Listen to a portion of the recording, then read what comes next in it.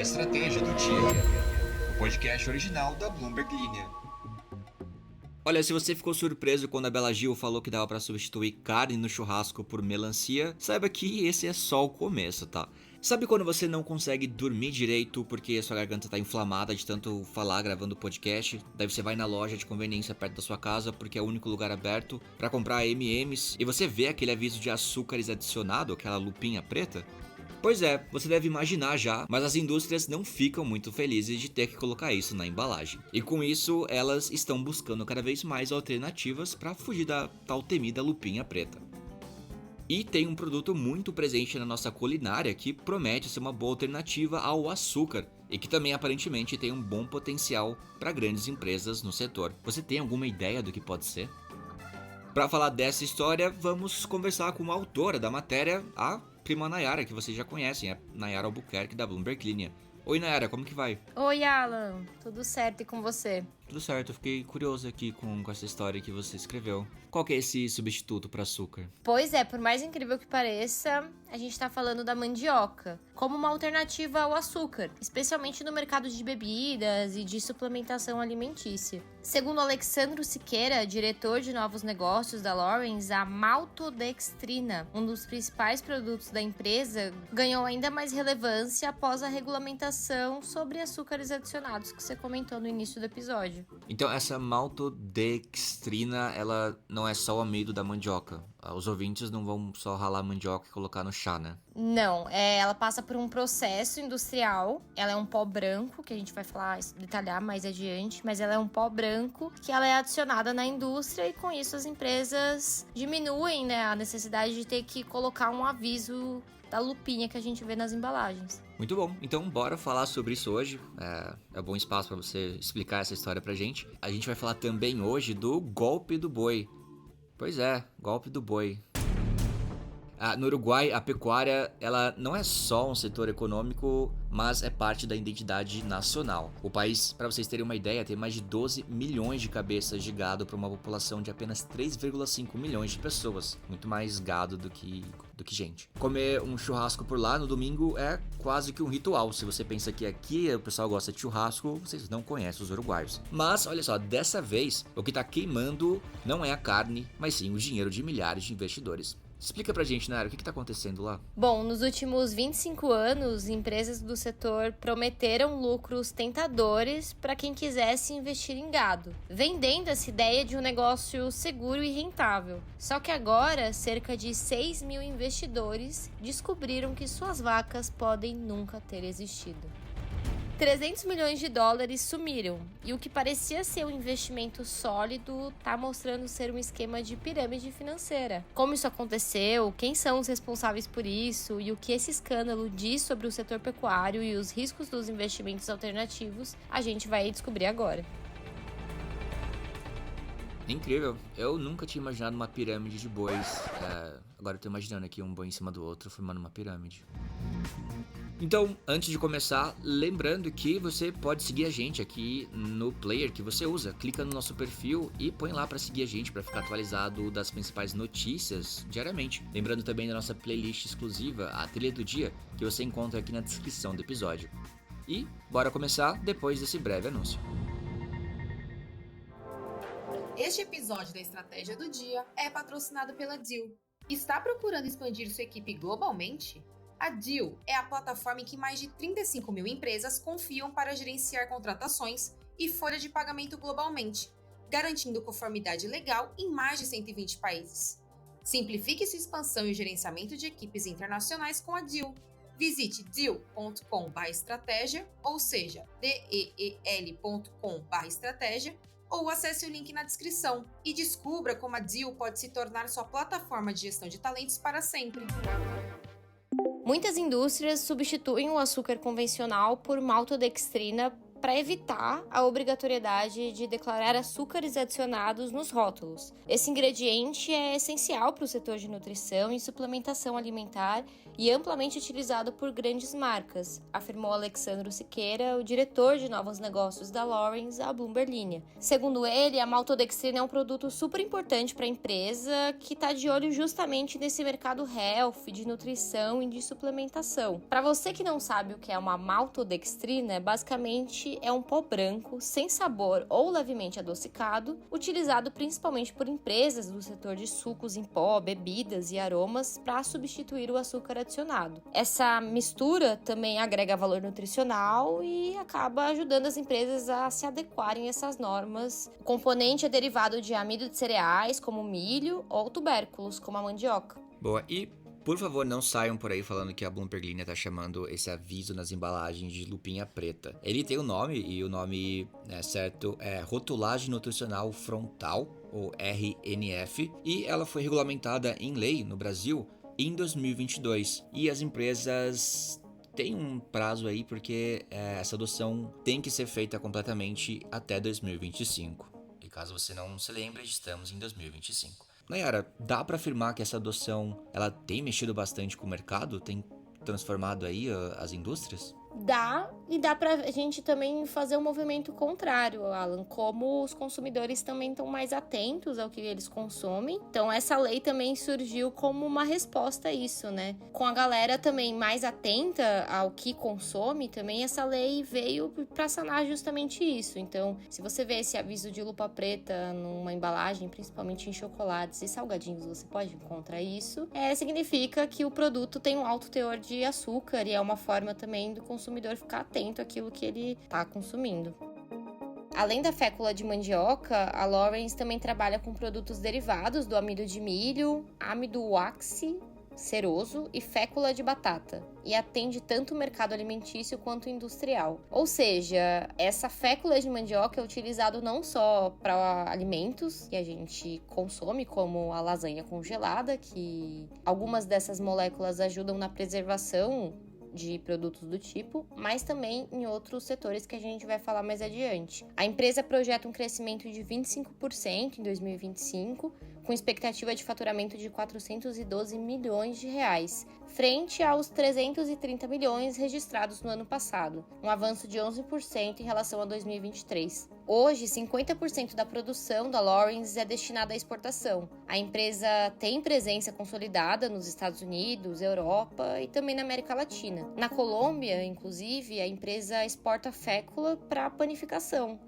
Fécula orgânica e amidos modificados também aparecem na lista, enquanto para a Europa, a maltodextrina, que a gente comentou, e também a fécula orgânica ocupam as primeiras posições. Para os Estados Unidos, o foco é a exportação de amidos catiônicos, fécula orgânica e amido especial de expansão. Bom, Siqueira explica que a mandioca é um trunfo porque ela se adapta às necessidades específicas de cada cliente, como na indústria de laticínios, que tem buscado alternativas para substituir o açúcar, que a gente comentou, por exemplo, sódio e gordura, e além de melhorar a viscosidade, brilho, textura e também aumentar a vida útil dos produtos, que eu comentei no caso da lasanha, por exemplo. Inclusive, eu estava lendo essa matéria e lá dizia mesmo que a mandioca tem outros usos na indústria. Ela é bem versátil para essas fábricas de alimentos. Os amidos hidroxipropilados, eles são aplicados em produtos como lasanhas, como a Nayara falou, iogurtes, isso para evitar a liberação de líquidos e também aumentar a resistência ao armazenamento e transporte. A empresa que a Nayara tem citado, ela investe em tecnologias para a modificação de amidos em suas fábricas por aí. Além do segmento alimentício, a Lawrence também atende setores como o óleo e gás, no qual os amidos modificados são também utilizados na exploração. E aqui é importante um adendo, tá, gente?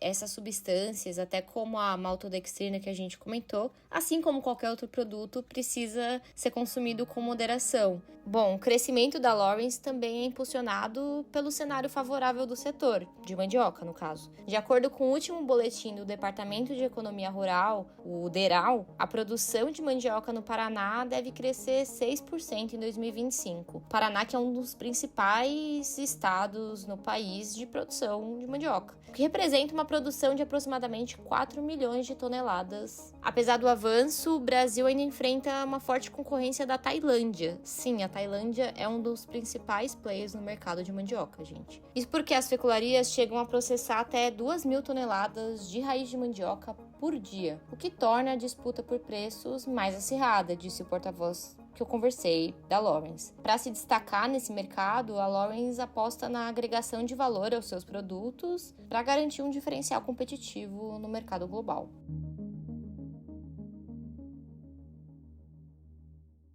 Bom, vamos falar agora de fraude bilionária no Uruguai.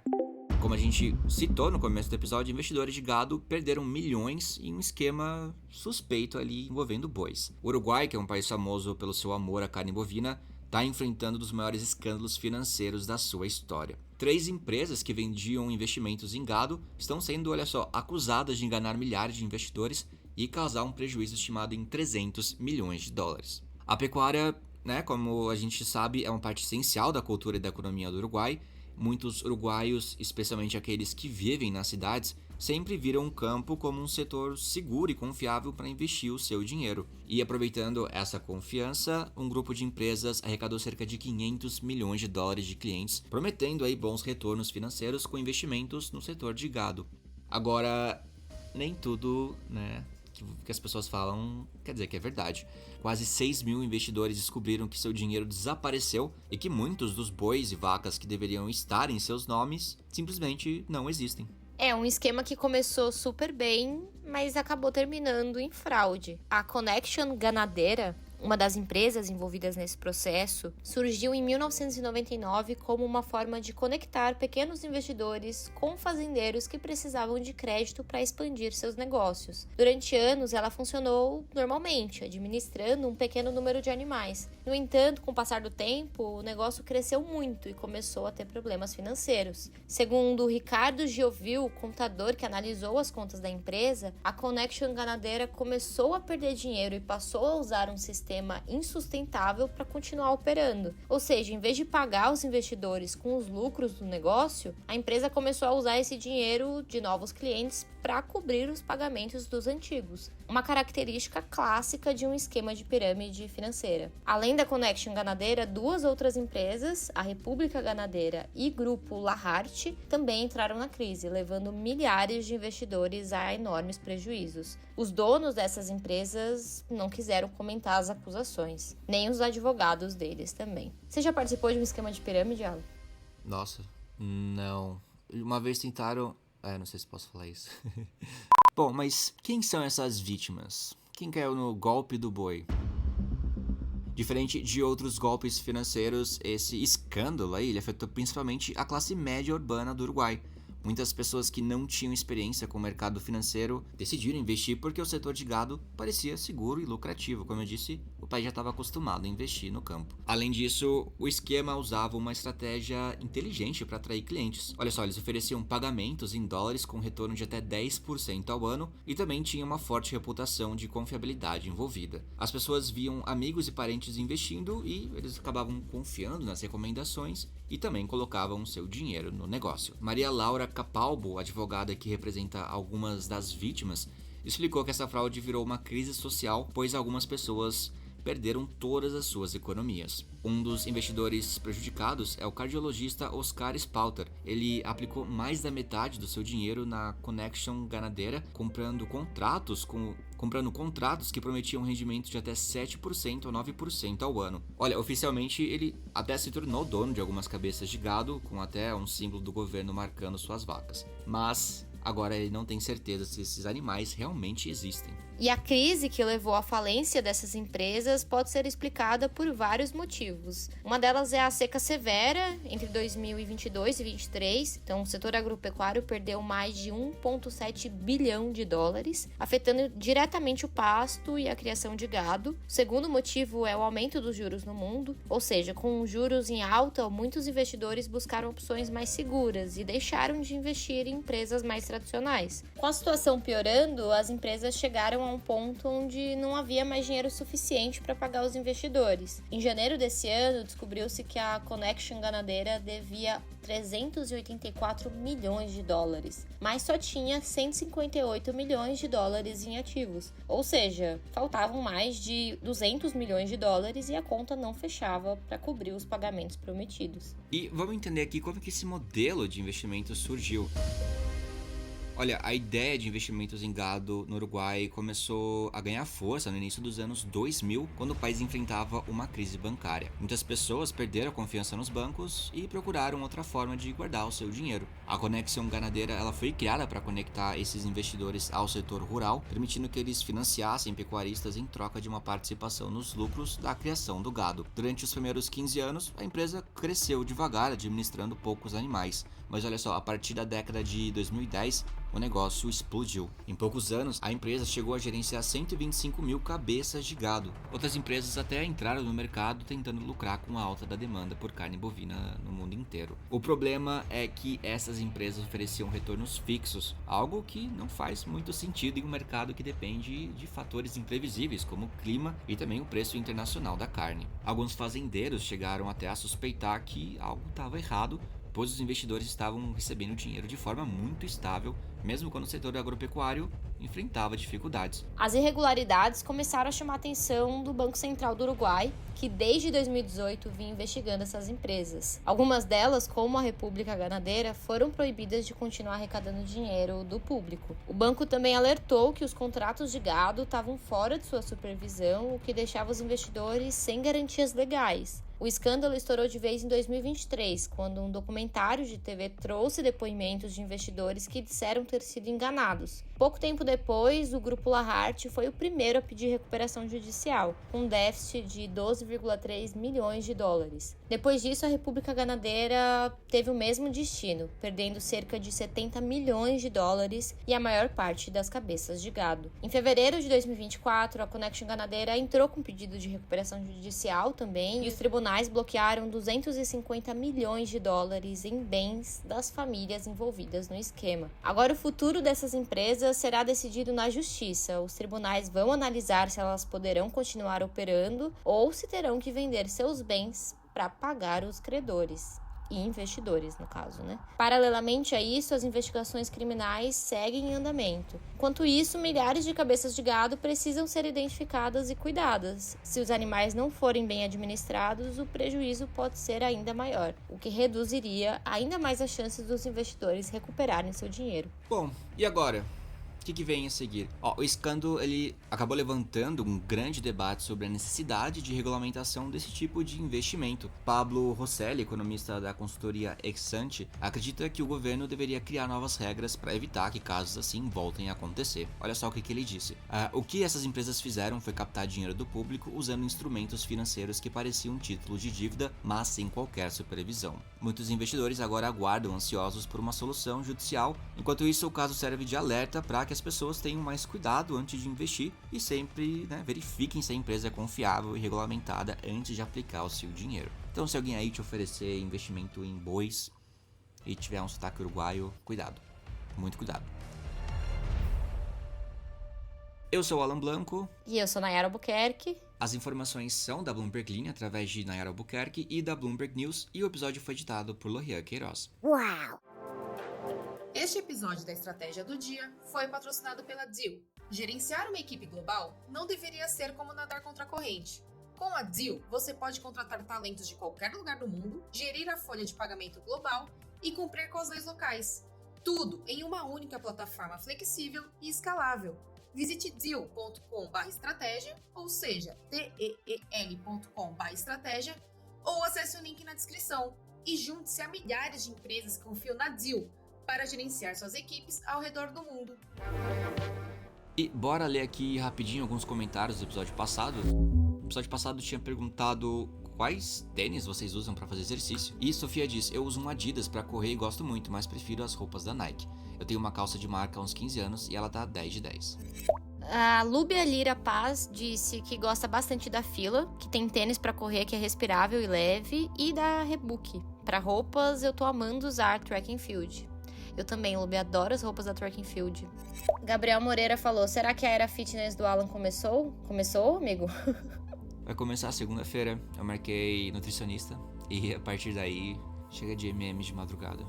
Ó, o Gui Lorca diz, gosto de usar Vans, ele é bom pra tudo. Cara, eu não consigo imaginar alguém correndo de Vans. É que Vans, normalmente a galera que treina a perna usa Vans porque ele é reto, né?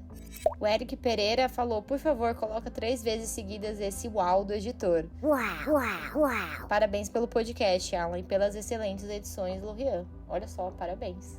E Maíra Araújo diz, olá primo Alan, eu uso Mizuno há anos pra correr e já tentei usar Nike, mas não consigo. Mas gosto muito das roupas da Nike. Adoro o podcast e uma ótima cesta. E diz que tava tocando Animals de Architects. Muito bom, obrigado pelo comentário, Mayara. Gente, vou ficando por aqui. Muito obrigado pela participação, Nayara, mais uma vez. E até o próximo episódio, galera. Tchau, tchau. Brigadão, gente. Big beijo. Até mais. Um big beijo.